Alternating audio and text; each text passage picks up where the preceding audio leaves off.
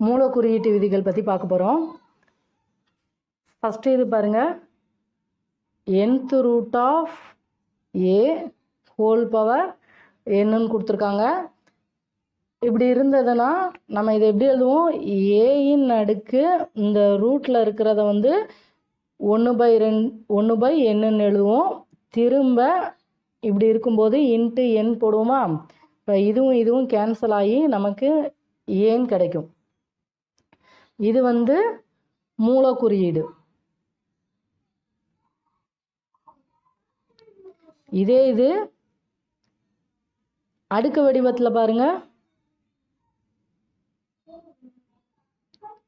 அடுக்கு வடிவம்ல என்ன கொடுத்துருக்காங்க? ஏயின் அடுக்கு 1/n ஹோல் பவர் n. இது நம்ம சின்ன கிளாஸ்லேயே படிச்சிருக்கோம். இப்படி இருந்ததுன்னா இதை பெருக்கும். ஏயின் அடுக்கு 1/n இன்ட்டு என்னன்னு போடுமா? என்ன கேன்சல் ஆகி நமக்கு ஏன் கிடைக்கும்.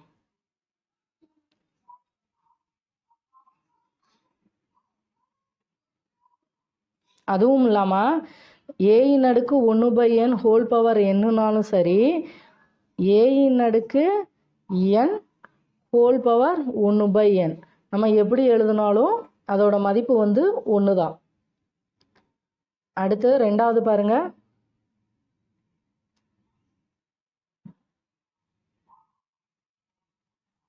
nth root of a into nth root of B.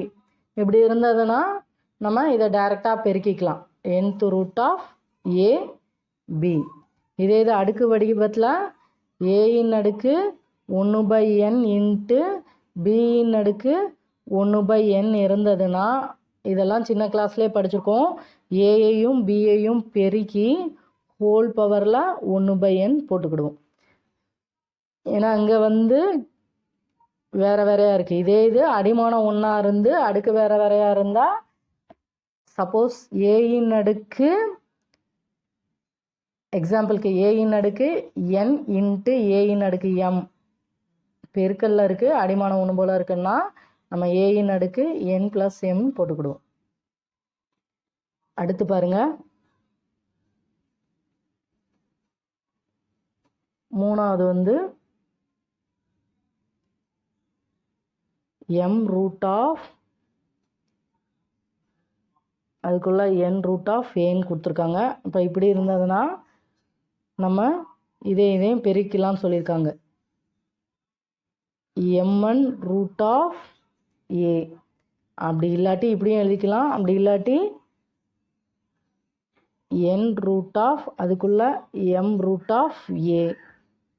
இந்த மாதிரி இருந்ததுன்னா இதை ரெண்டையும் பெருக்கியும் எழுதலாம். அப்படி இல்லாட்டி இதை மாற்றி போட்டாலும் நமக்கு ஆன்சர் ஒன்றா தான் வரும்னு சொல்லியிருக்காங்க.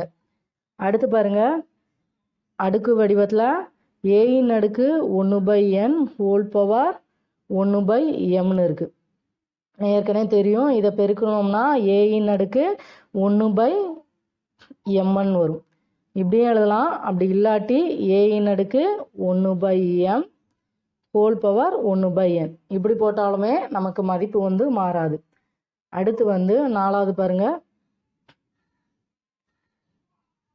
nth root of a divided by nth root of b. இங்கே வரிசை வந்து ஒன்று போல் இருக்குது. அப்போ நம்ம மொத்தமாக போட்டு nth root of A by பின்னு எழுதிக்கலாம். அடுத்து அடுக்கு வடிவத்தில் பாருங்கள், ஏயின் அடுக்கு 1/n டிவைடட் பை பியின் அடுக்கு 1/nன்னு இருக்குது. இதை நம்ம எப்படி எழுதிக்கலாம்? A by B whole power 1/n. ஏன்னா ஹோல் பவரில் போட்டால் இந்த 1/n வந்து ஏக்கும் வரும், 1/n வந்து பிக்கும் வரும். இந்த அடுக்கு வடிவம்லாம் முன்னாடியே பார்த்தது தான், திரும்ப அங்கே கொடுத்துருக்காங்க. மூல குறியீடு ஒருக்க நல்லா பார்த்துக்கோங்க. ஏன்னா இதெல்லாம் நமக்கு தெரிஞ்சால் தான் சம்மு வந்து ஈஸியாக போட முடியும். ஒரு தடவைக்கு 2 தடவை நீங்கள் பார்த்துட்டிங்கனாலே நல்லா புரிஞ்சிடும். மனப்பாடம் பண்ணணும்னு அவசியம் இல்லை. ஒரு தடவைக்கு 2-3 தடவை பார்த்தீங்கனாலே ஈஸியாக புரிஞ்சிடும். அதுக்கப்புறம் நம்ம சம்மெல்லாம் ஈஸியாக செஞ்சுக்கலாம். அடுத்து பாருங்க, எடுத்துக்காட்டு 2.21. கொடுக்கப்பட்ட முருடுகளை அதன் எளிய வடிவில் எழுதுக. மேலும் அவற்றின் வரிசை, மூல அடிமானம் மற்றும் கெழு ஆகியவற்றையும் கண்டறிகன்னு சொல்லியிருக்காங்க. ஃபஸ்ட்டு இது பாருங்க, கியூப் ரூட் ஆஃப் 108. இதை எளிய வடிவில் எழுதிட்டு அதோட வரிசை, மூல அடிமானம், கெழு இவற்றை வந்து எழுத சொல்லியிருக்காங்க. இப்போ 108 எப்படி எளிய வடிவில் எழுதணும்னு பார்ப்போம். 2ஆல் போட்டோம்னா 2 10, 4 2 8, திரும்ப 2ஆல் போட்டோம்னா 2 4, மிச்சம் 1, 7 2 14. அடுத்து நம்ம 3ஆல் தான் போட முடியும். 9 3 27, அடுத்து 3ஆல் போட்டோம் 3. இதை எப்படி எழுதுவோம்? Cube root of 2 × 2 × 3 × 3 × 3. இங்கே 3ன்னு இருக்குது. அப்போ 3 தடவை இருக்கிறதுக்கு நம்ம ஒரு தடவை வெளியில் எடுக்கலாம். இப்போ 3 கியூப் ரூட் ஆஃப் 2 4. அப்போது இந்த கியூப் ரூட் ஆஃப் 108ஓட சுருங்கிய வடிவம் வந்து 3 × கியூப் ரூட் ஆஃப் 4. இதில் நமக்கு வரிசை என்னது? 3. வரிசை வந்து 3. மூல அடிமானம் வந்து என்னது? 4. அடுத்து இதோட கெழுன்னா நமக்கு இங்கே முன்னாடி என்ன இருக்குதோ அதுதான். கெழு வந்து 3. அடுத்த சம் பாருங்க, கியூப் ரூட் ஆஃப் 1024 -2. நம்ம சின்ன கிளாஸ்லேயே படிச்சிருப்போம். a⁻m இருந்ததுன்னா நம்ம 1/a⁻m போட்டுக்கலாம். இப்போ பாருங்க, இது அதனால தான் அடுத்த ஸ்டெப்பில் கியூப் ரூட் ஆஃப் 1/1024 ஏன்னா சிம்பிள் மைனஸ் இருக்குது, ப்ளஸ்ஸாக மாற்றுறதுனால 1/1024 ஸ்கொயர்னு போடுறோம். நமக்கு என்ன சொல்லியிருக்காங்க? இந்த முருடோட எளிய வடிவம் தான் கேட்டிருக்காங்க. இப்போ 1024 எப்படி போடலான்னு பார்ப்போம். 2ஆல் போட்டோம்னா 2 10, 1 2, 2 4. அடுத்து 2ஆல் போட்டோம்னா 2 4, மிச்சம் 1, 2 10, மிச்சம் 1, 6 12. 2ஆல் போட்டோம்னா 1 2, 2 4, மிச்சம் 1, 2 16. 2ஆல் போட்டோம்னா 6 12, 4 2 8. 2ஆல் போட்டோம்னா 3 2 6, 2 4. 2ஆல் போட்டோம்னா 1 2, மிச்சம் 1, 6 12. 2ஆல்னா 2 16. 2ஆல் போட்டோம்னா 4 2 8, திரும்ப 2 4. அப்போ மொத்தம் எத்தனை 2 வருதுன்னா 1 2 3 4 5 6 7 8 9 10. 10 தடவை வருது. 10 தடவைக்கு நமக்கு இங்கே கியூப் ரூட்டுன்னு தானே சொல்லியிருக்காங்க. அப்போ 3 3 பிரித்து எழுதிக்கலாம். இப்போது 8 2 × 2 × 2னா 2√3, இதை 2√3, இதை 2√3, அடுத்து ஒரு 2. இப்படி போட்டாலுமே 1 தான். இப்போ கியூப் ரூட் ஆஃப் 1/2√3 × 2√3 × 2√3 ஒரு தடவை 2 இருக்கா 2. இதோட பவர்லாம் ஞாபகம் வச்சுக்கணும். 2 இருக்குது, அதை போட்டுடணும். இந்த 2 வந்து எல்லாத்துக்குமே வரும். அடுத்து எப்படி எழுதுவோம்னா கியூப் ரூட் ஆஃப் 1/2√3 × 2னா 23 6 × 2√6 × 2√2. இந்த ஸ்டெப் ஏன் இப்படி வருதுன்னா, இந்த 2√3 இந்த பவரில் இருக்கிற 2 இதுக்கும் வரும், இந்த 2√3க்கும் இந்த பவரில் உள்ள 2 வரும். அதனால தான் 2√3 அதுக்கப்புறம் பவரில் 2 வரும்னா 2√3 2 6. அதனால தான் இந்த ஸ்டெப்பு கியூப் ரூட் ஆஃப் 1/2√6 × 2√6 × 2√2ங்கும்போது 2√2ன்னு போட்டிருக்கோம். அடுத்து பாருங்க, கியூப் ரூட் ஆஃப்னு இருக்கலாம். இதை நம்ம இப்படி கூட எழுதிக்கலாம். 1/2√6 × 1/2√6 × 1/2√6 × 1/2√2. 3 இதுக்கு ஒரு இதை வெளியில் எடுத்துக்கலாம். இப்போ கியூப் ரூட் ஆஃப் இருக்கிறதுனால இந்த 3 இதுக்கு 1 வெளியில் எடுத்தோம்னா 1/2√6. அடுத்து கியூப் ரூட் ஆஃப் 1/2² மதிப்பு 4. இப்போ 2√6ஓட மதிப்பு நம்ம பார்ப்போம். 2 × 2 × 2 × 2 × 2 × 2.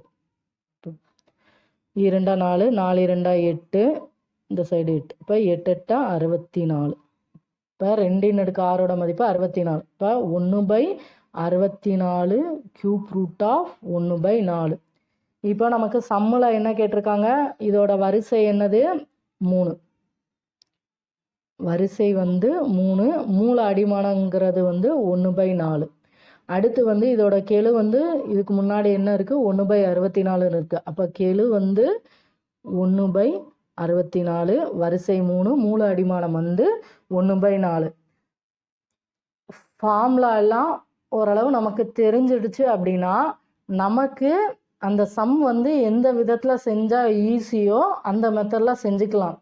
அப்பங்கும்போது ஒரு சம்மை நம்மளாம் 2-3 தடவை போட்டு பார்த்தா மட்டும்தான் நமக்கு எந்த ஸ்டெப்பு ஈஸியாக வரும்னு பார்த்து அதுக்கு தகுந்த மாதிரி செஞ்சுக்கலாம். மெயினாக அடுக்கு விதி, மூல குறியீட்டு விதியெல்லாம் ஒரு தடவைக்கு நீங்கள் 2-3 தடவை சம்மெல்லாம் செஞ்சு பார்த்தா தான் அது வந்து அந்த விதியெல்லாம் ஸ்டோர் ஆகும் மைண்டில். நம்ம என்ன தான் மனப்பாடம் பண்ணாலும் மறந்துடும். சம்மை போட்டு பார்க்கும்போது நமக்கு அது வந்து ஈஸியாக வந்து ஞாபகம் இருக்கும். அடுத்து பாருங்க, முருடுகளில் 4 அடிப்படை செயல்கள். அதாவது ஃபஸ்ட்டு வந்து முருடுகளெல்லாம் வந்து கூட்டல் கழித்தல் பற்றி பார்க்க போகிறோம். முருடுகளில் கூட்டல் மற்றும் கழித்தல்.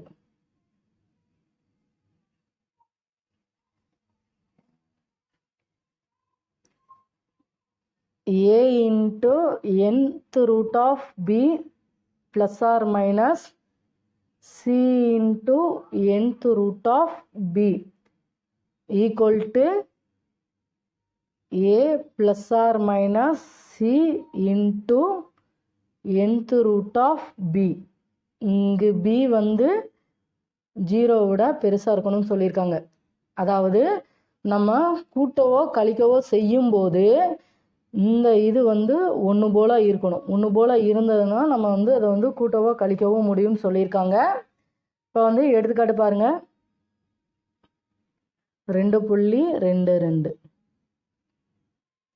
ஃபஸ்ட்டு பாருங்கள், 3 × √7 மற்றும் 5 × √7 இதை கூட்ட சொல்லியிருக்காங்க. அவற்றின் கூடுதல் ஒரு விகிதமுறு எண்ணா அல்லது விகிதமுறா எண்ணான்னு சரிபார்க்க சொல்லியிருக்காங்க. இப்போது நம்ம இதை கூட்டோம்னா அப்படி எதுவும் 3 √7 + 5 √7 இது 1 போல் இருந்ததுன்னா நம்ம கூட்டிக்கலாம். அப்போ 3ஐயும் 5ஐயும் கூட்டினா 8 √7ன்னு கிடைக்கும். இதை பார்த்தாலே தெரியும் நமக்கு இது வந்து விகிதமுறா எண். ஏன்னா இந்த ரூட்டில் இருந்து இதை வெளியில் எடுக்க முடியாதுல்ல. அப்போ இது வந்து விகிதமுறா எண்.